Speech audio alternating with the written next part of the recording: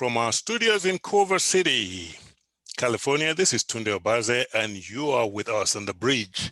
And today we're bringing you a new show, a new guest, introducing one and only special one. My guest today is a well-known humanitarian and advocate for healthcare for the less privileged. My guest has been recognized for her contributions to ensure that people in Africa have access to healthcare. She is passionate about preventing stroke and as well as preventable death in Africa and around the world. She has received several awards in her commitment to providing both healthcare and social services to the disadvantaged. She's medical as well as legal practitioner. In addition, she's a visiting professor of health policy and also research. She's the owner and medical director of Bluff Medical Group and Net Plus Clinicians Wellness Center. Dr. Nwokeji is the founder and president of Dsen Foundation, a US 501c3 nonprofit global mission organization. She is also the founder and president of Emergency and Rescue Medicine Foundation for African countries, another US 501c3 nonprofit organization. Dr. Nwokeji is an author, as well as a motivational speaker. She has authored several books, both secular and scientific ones, and has presented in various scientific conferences. Her new book or guide, titled Anxiety and Depression During COVID-19, is on sale. From coast to coast, from the Pacific coast to the Atlantic coast, let's meet our latest host, Dr. Stella Nwokeji. She just called herself Dr. Stella. Welcome and for joining us on Bridge Radio.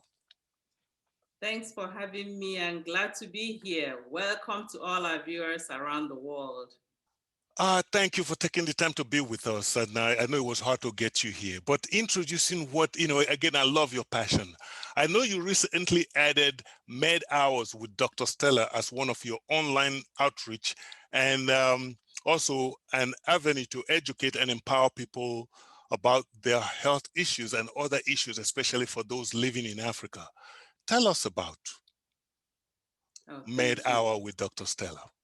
Oh, thank you for that. First thing I would like to let you know, I'm very passionate about humanity, and my passion goes with healthcare and education. I'm from Nigeria in Africa. I come from an environment where we don't have enough adequate medical care. And most people, when they have hospitals around, they don't even have the transportation to get to the hospital. Sometimes when they get to these hospitals, they stay hours before they can see a provider. Sometimes they can stay from 6 in the morning up to 5 p.m. without even seeing anybody. So I asked myself, how can I help? How can I help people around the world from where I am, especially those in Africa? I came up with Med Hour with Dr. Stella. What do? It's an interactive platform where I will ask people to send in their questions, any medical questions they have, so that I can be able to answer the questions for them. Because there are things or conditions or symptoms or signs that you may have that you don't necessarily have to be in the hospital.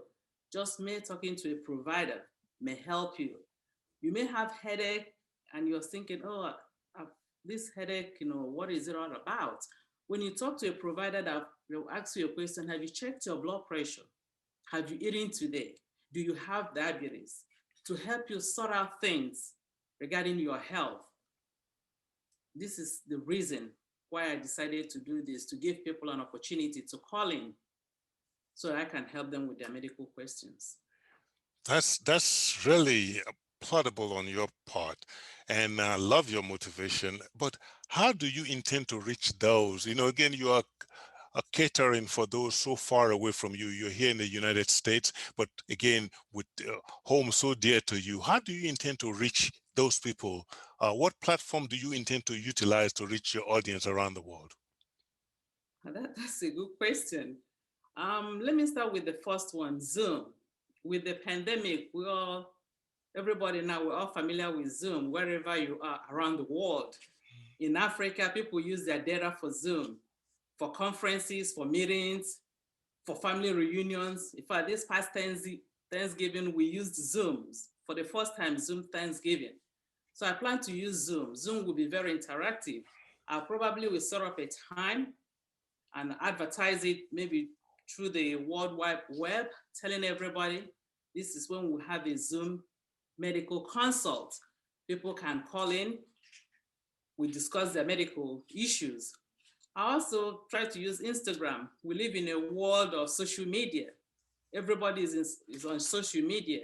Instagram gives me the opportunity for people to send in their so I can answer it. If I get questions, I'll have a segment where I'll answer their questions. I will also use Facebook. Facebook is also social media. You have Facebook Live, I can go live and answer those questions. I also have an email. The email is medhourstella@gmail.com. People can send me their information. I do understand that people's medical history is private to them and it must be kept confidential. If anybody wants me to use their name for their information or any message or any question they ask me, that's fine, but I don't intend to do that. I'll probably will refer, oh, this viewer sent in this question. So there's so many ways. I also tend to have people call. They can call me on the phone if they have any question. We have WhatsApp now. We also have Viber. So all these are things I plan to use to be able to accomplish what I want to accomplish. Interesting. Do you have a website? Well, give out your website. Can people search a website where you can they can find more information on you? Actually, I do have a website, but my website is attached to my clinic. It's bluffmedicalgroup.com. bluffmedicalgroup.com. Or you can also get me through my other website for my other clinic. It's mpclinicians.com for the Net Plus Wellness Center. Thank you very much. As we were preparing for this show, you did tell me that giving back to the community is something you were taught when you were very, very young. Tell us a little bit about your two nonprofit organizations, because your way of giving back was your way. That's why you created this nonprofit organization. One is Dsen Foundation, an emergency and rescue medicine for African countries. Tell me about each of them. Thank you. Like I said earlier on, I grew up in Imo State, Nigeria. I grew up in a family where I was taught that giving back to the community is very important. My parents taught me that to whom much is given, a lot more is expected. I grew up in a royal family. As part of the responsibility of being part of a royal family, you were expected to serve humanity. It's not to serve yourself, to help your fellow human being. So when I came here in the United States, I decided, how best can I help the people at home, the people I left when I traveled here? I decided to open up the Dsen Foundation, the 501c here in the United States. The mission of this organization is we are dedicated to improving and empowering the less privileged in the remote parts of Africa. How do we do this? We do this by first providing basic necessities such as food supplies, clean water, clothing, giving them medical and mental health services, especially mental health. We don't have any mental health in Africa. You can understand how mental health is affecting COVID.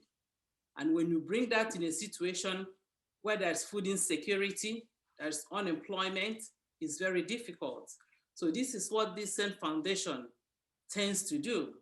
We try to provide basic education. There are kids in my country, they hawk food, they don't go to school. They are home, they can't afford to go to school because their parents can't afford to pay for their tuition. Dsen Foundation bridged this gap by helping pay for their basic education tuition. We also train women for skills acquisition. And I'm a spiritual person. In everything I do, I put God first. In all this that I do with Dsen Foundation, spiritual counseling is one part of it. And this is how we bridge the gap. You talked about my other nonprofit organization called Emergency and Rescue Medicine Foundation for African countries. Yeah. This is also very dear to my heart. Its mission is dedicated to preventing stroke and preventable death in Africa. You say, why stroke? I've been here close to 25 years. People will call you from home. Oh, this person just slumped and died. Oh, this person went to the market and died. And you're looking at yourself and thinking, what is going on?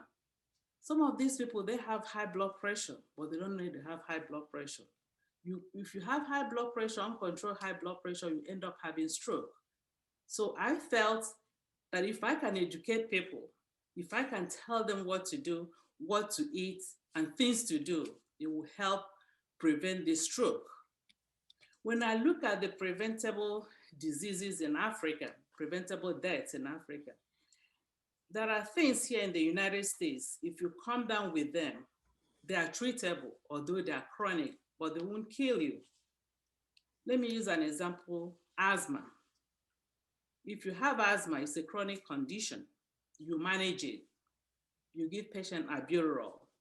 You give them oxygen when the oxygen level is low. You give them steroids to help open up their lungs.